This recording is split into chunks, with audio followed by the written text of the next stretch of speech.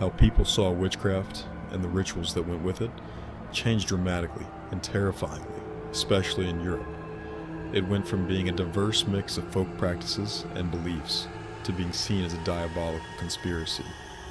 While early Roman law did punish harmful magic, and some early church figures even said no to torture in witchcraft cases, the late medieval and early modern period saw fear and persecution really ramp up.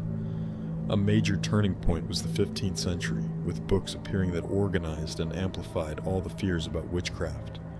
Perhaps the most infamous of these was Heinrich Kramer's Malleus Maleficarum, or The Hammer of Witches, first published in 1487. This book wasn't just some theological argument, it was a witch hunter's how-to guide, offering supposed reasons and methods for finding, interrogating, and prosecuting alleged witches.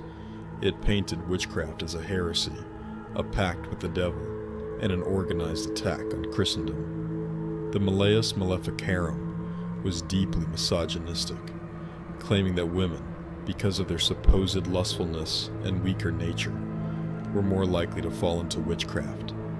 This text, spread far and wide by the relatively new invention of the printing press, had a devastating impact.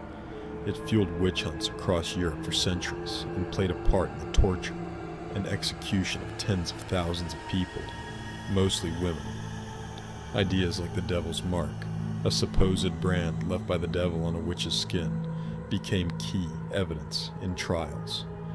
The systematic persecution, the use of torture to get confessions, which often included lurid details of Sabbaths and diabolical acts, and the widespread circulation of texts like the Malleus Maleficarum, cemented the image of the witch as a terrifying, evil servant of darkness, a far cry from the more varied roles many magical practitioners had in ancient societies.